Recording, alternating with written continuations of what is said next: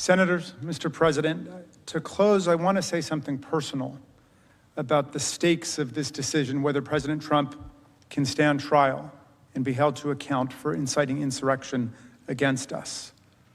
This trial is personal indeed for every senator, for every member of the House, every manager, all of our staff, the Capitol Police, the Washington, D.C. Metropolitan Police, the National Guard, maintenance and custodial crews, the print journalists and TV people who were here, and all of our families and friends.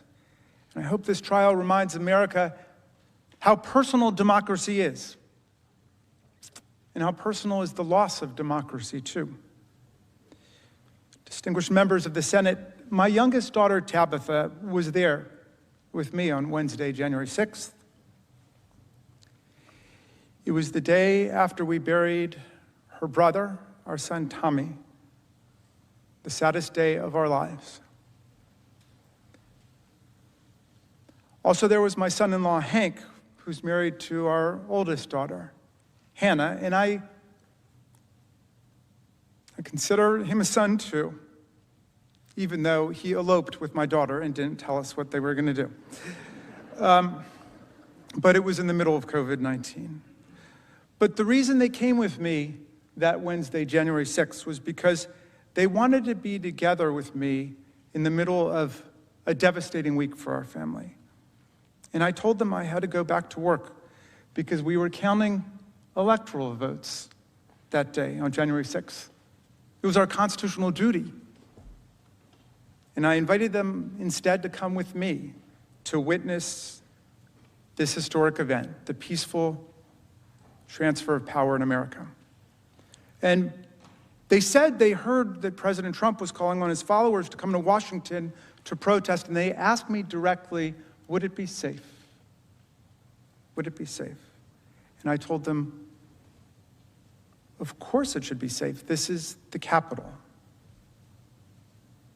Steny Hoyer, our majority leader, had kindly offered me the use of his office on the House floor because I was one of the managers that day and we were going through our grief. So Tabitha and Hank were with me in Steny's office as colleagues dropped by to console us about the loss of our middle child, Tommy, our beloved Tommy. Mr. Neguse and Mr. Cicilline actually came to see me that day.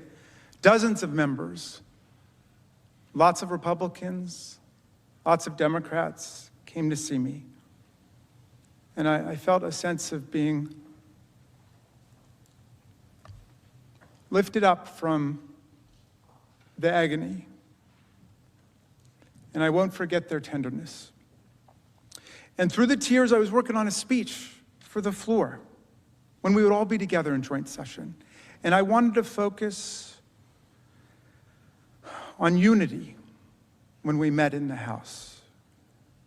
I quoted Abraham Lincoln's famous 1838 Lyceum speech, where he said that if division and destruction ever come to America, it won't come from abroad.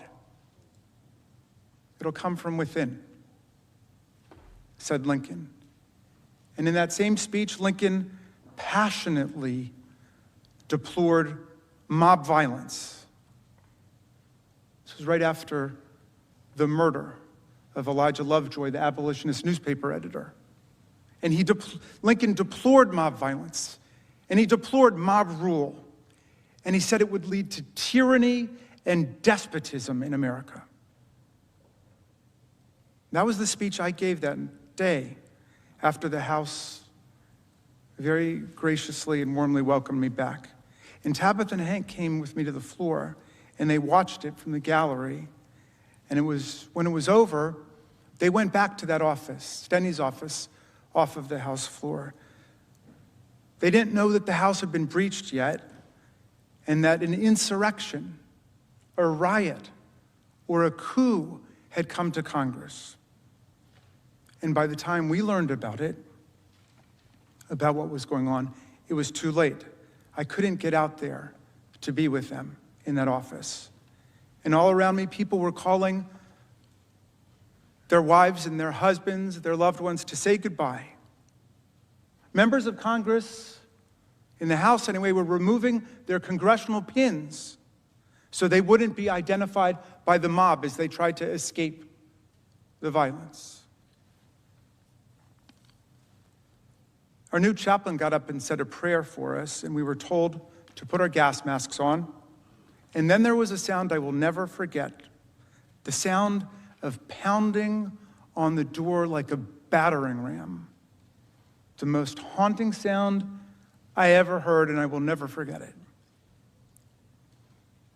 My chief of staff, Julie Tagan, was with Tabitha and Hank, locked and barricaded in that office.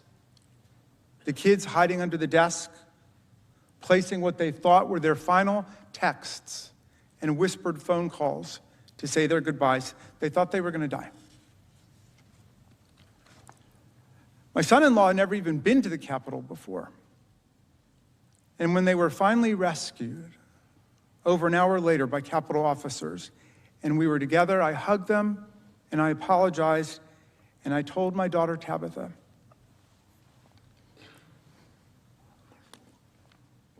who's 24 and a brilliant algebra teacher in Teach for America. Now, I told her how sorry I was, and I promised her that it would not be like this again the next time she came back to the Capitol with me. And you know what she said? She said, "Dad, I don't want to come back to the Capitol again."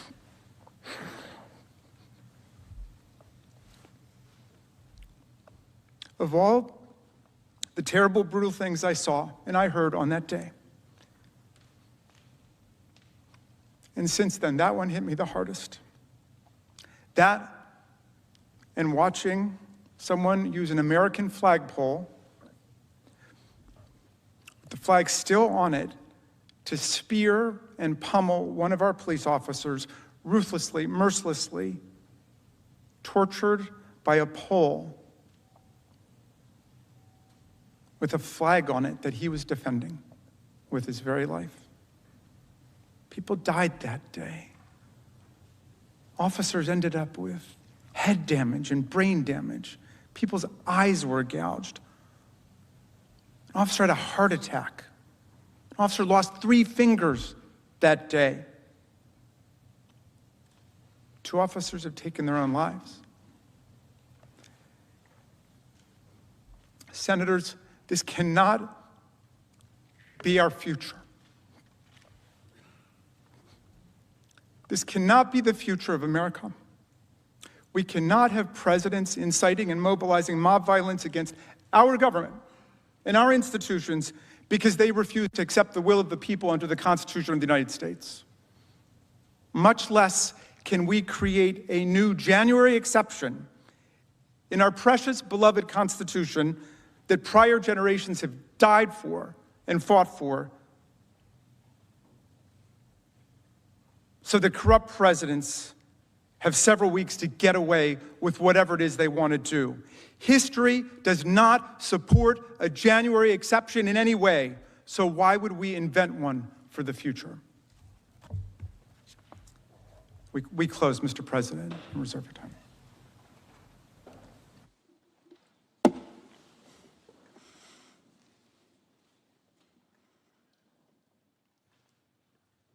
I ask unanimous consent.